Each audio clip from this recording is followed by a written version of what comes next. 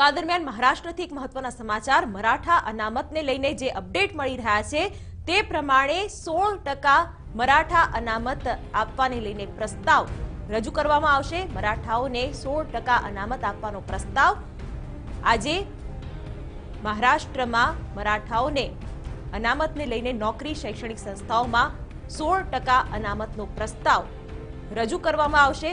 આજે જે બિલ છે તેને પણ વિધાન ભવનમાં રજૂ કરવામાં આવશે।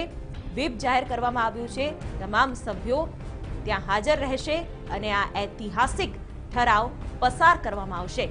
ત્યારે વિપક્ષનો વિરોધ છે, આ સાથે અન્ય જે લઘુમતી સમુદાયો છે તેઓ પણ જણાવી રહ્યા છે કે પોતાના અનામત કોટામાં કોઈ પણ પ્રકારની છેડછાડ તેઓ સાંખી નહીં લે।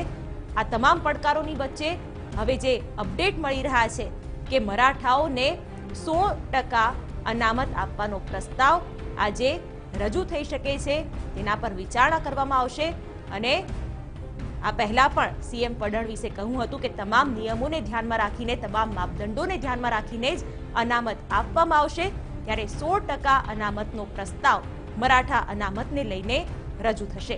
સંવાદદાતા એસોસિએટ એડિટર નીરુ જોડાઈ ગયા છે ફોન લાઈન પર। નીરુ, મરાઠાઓને 16% અનામત આપવાનો પ્રસ્તાવ, શું અપડેટ આને લઈને? જે અમને જણાવી દઉં છે, એટીઆર રજૂ થવાનું હતું તે અત્યારે રજૂ થઈ ગયું છે વિધાન ભવનમાં। આજનો એક ઐતિહાસિક દિવસ માનવામાં આવી રહ્યો છે। મરાઠાઓનો જે અનામત છે તે 16% જે છે એ દેવાનું નક્કી આવશે।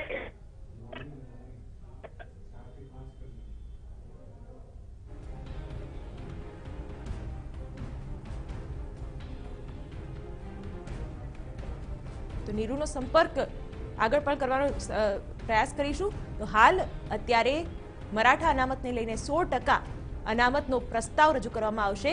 જે એક્શન ટેકન રિપોર્ટ હતો તે પણ આજે રજૂ કરવામાં આવ્યો, જેના માટે પછાત વર્ગ આયોગે જે સર્વે કર્યા હતા, જે માપદંડોના આધારે તે રજૂ કરવામાં આવ્યો હતો। ત્યારે મુસ્લિમ ધારાસભ્યોએ પણ આજે વિરોધ વ્યક્ત કર્યો હતો કે જો અનામત મરાઠાઓને આપવામાં આવે તો મુસ્લિમો પણ અનામતના અધિકાર ધરાવે છે। ટીવી 9 પર આ એક્સક્લુઝિવ દ્રશ્યો અમે આપને બતાવી રહ્યા છે, જેમાં મરાઠાઓને 16% અનામતનો ઉલ્લેખ કરવામાં આવ્યો છે, તેના સંકેત મળ્યા છે। આજે એક્શન ટેકન રિપોર્ટ રજૂ કરવામાં આવ્યો હતો, જેના આધારે આ નિર્ણય